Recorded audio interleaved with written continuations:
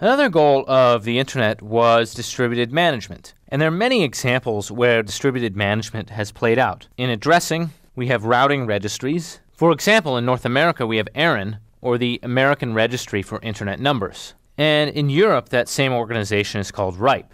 DNS allows each independent organization to manage its own names, and BGP allows each independently operated network to configure its own routing policy. This means that no single entity needs to be in charge and thus allows for organic growth and stable management. On the downside, the Internet has no single owner or responsible party. And as Clark said, some of the most significant problems with the Internet relate to the lack of sufficient tools for distributed management, especially in the area of routing.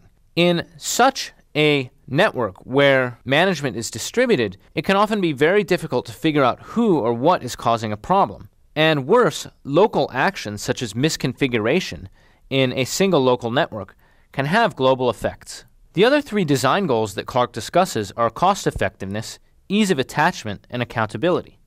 It's reasonable to argue that the network design is fairly cost effective as is, and current trends are aiming to exploit redundancy even more. For example, we will learn about content distributions and distributed web caches that aim to achieve better cost effectiveness for distributing content to users.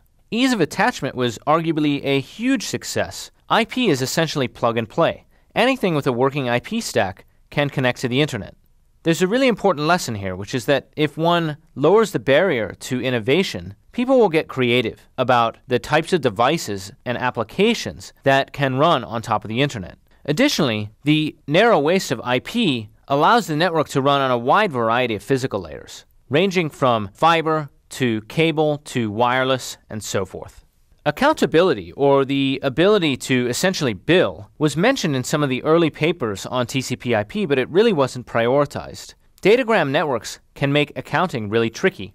Phone networks had a much easier time figuring out how to bill users. Payments and billing on the Internet are much less precise, and we'll talk about these more in later lectures.